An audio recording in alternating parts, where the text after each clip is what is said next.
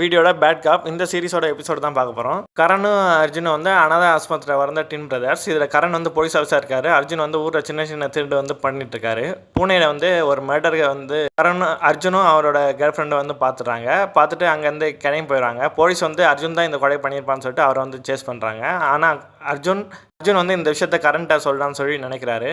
கரண் மும்பை சிட்டியில் வந்து போலீஸாக வந்து இருக்காரு. அங்கே வந்து கசமுன்ற ஒரு வழியை வந்து இவர் வந்து ஃபாலோ பண்ணிட்டு இருக்காரு. நான் ஹார்பரில் வந்து ஒரு கன்சைன்மெண்ட் காலத்தில் தான் வந்து கரனுக்கு வந்து இன்ஃபர்மேஷன் கிடைக்குது. அவர் அங்கே போகிறாரு. அவரை பார்க்க வந்து அர்ஜுனும் அங்கே போகிறாரு. 2 பேரும் வந்து தாக்கப்படுறாங்க. இதில் வந்து கரண் வந்து இறக்கப்படுறாரு. அர்ஜுனும் வந்து காயப்படுறாரு.